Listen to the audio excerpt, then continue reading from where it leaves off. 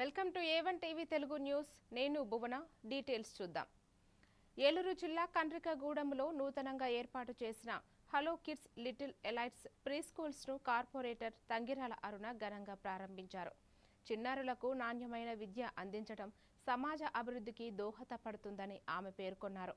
పాఠశాల ప్రిన్సిపల్ మాదాసు పావని పద్మశ్రీ మాట్లాడుతూ ఆధునిక బోధన పద్ధతులు ఆటల ద్వారా నేర్చుకునే విధానాలతో పిల్లలు మానసిక వికాసానికి ప్రత్యేక శ్రద్ధ తీసుకుంటున్నట్లు తెలిపారు.